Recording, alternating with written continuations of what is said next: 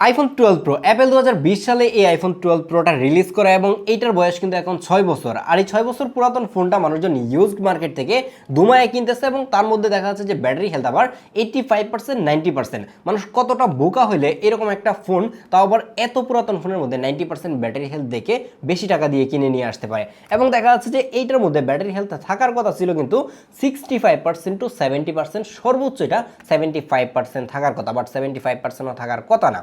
তারপরেও মানুষজন কেন কিনতেছে?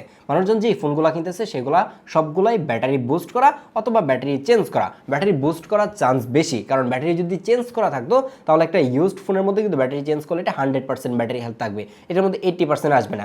তো আপনি দেখেন যে বেশি টাকা খরচ করে 70% কিংবা 65%-এর যে ব্যাটারি হেলথগুলো রয়েছে সেগুলো আপনি কিনে নিয়ে আসতেছেন। কিন্তু যদি মার্কেট থেকে আপনাকে বলা হয় কিংবা দোকানদার আপনাকে দেখায় যে এটার মধ্যে 70% ব্যাটারি হেলথ কিংবা 75% ব্যাটারি হেলথ, তাহলে আপনি নিজেই আনবেন না। তখন আবার আপনি দোকানদারকে বলবেন যে এটার ব্যাটারি ব্যাকআপ বেশি সময় দিবে না, তখন দোকানদাররা এটা ব্যাটারি বুস্ট করেই বিক্রি করে এবং সেই দোষটা আমি দোকানদারকে কখনোই দিব না, সেই দোষটা আপনাদেরই। কারণ আপনারা যদি এই জিনিসটা অ্যাকসেপ্ট করতে পারতেন যে 6 বছর একটা পুরাতন ফোন, সেটার মধ্যে ব্যাটারি হেলথ 75% কিংবা 70% থাকবে, এটা একদমই নর্মাল। কারণ আপনারা যদি মনে হয় যে পরবর্তীতে ব্যাটারি চেঞ্জ করে নেবেন, তাহলে খুব ইজিলি কিন্তু চেঞ্জ করে নিতে পারেন।